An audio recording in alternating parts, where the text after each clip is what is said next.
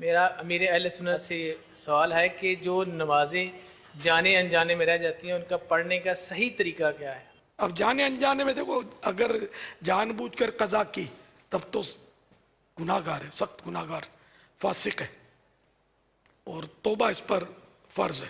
توبہ کرے اور آئندہ قضا نہ کرنے کا عہد کرے، اور یہی کافی نہیں، توبہ کے ساتھ ساتھ تلافی یہ کہ اس نماز کو ادا کرے۔ اور اگر انجانے میں رہ گئی، مثال کے طور پر نماز کا وقت ہی یاد نہیں رہا، باتوں میں لگا ہوا تھا، بھول گیا، اور اب ایسی صورت میں جبکہ اس نے جان بوجھ کر وقت نہیں گنوایا تو گناہ گار نہیں ہے، توبہ اس پر فرض نہیں ہے، لیکن یہ کہ نماز کی قضا تو فرض ہے۔ تو جب یاد آ جائے، اس کا کفارہ یہ کہ جب یاد آ جائے اسی وقت اس کو پڑھ لے۔ اب اسی وقت پڑھ لے تو پھر اس کی صورت بنے گی کہ باوضو بھی ہو، وہاں نماز پڑھنے کی پاک جگہ بھی موجود ہو،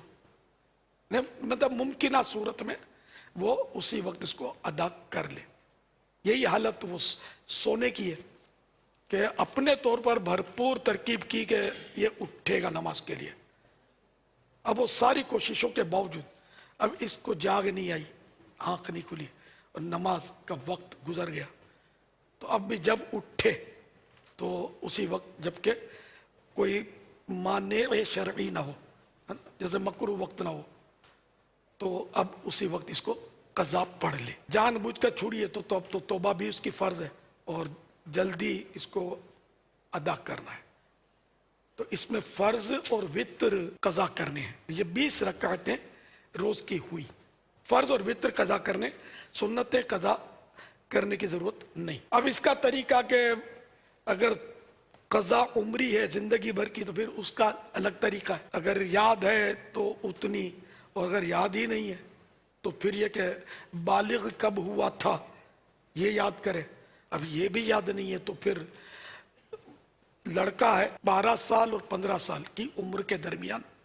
بالغ ہوتا ہے، اور یہ جو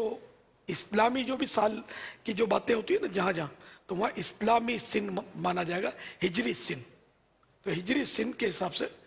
12 سال کا جب سے ہوا تھا تو اسی وقت بالغ نہیں ہوا، ہاں آثار بلوغ یعنی بالغ ہونے کی نشانی ظاہر ہوئی تب تو بالغ ہوا، 12 اور 15 کے درمیان جب بھی بالغ ہو گیا۔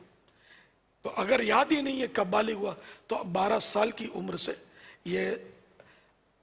کاؤنٹ کرے، جیسے آج توبہ کی اس نے کہ بس اب میں نے نماز قضا کرنی ہے ساری، تو اب یہ کہ نمازوں کا حساب لگا لیا۔ اب اس میں تھوڑی سی یوں رعایت مل گئی ہے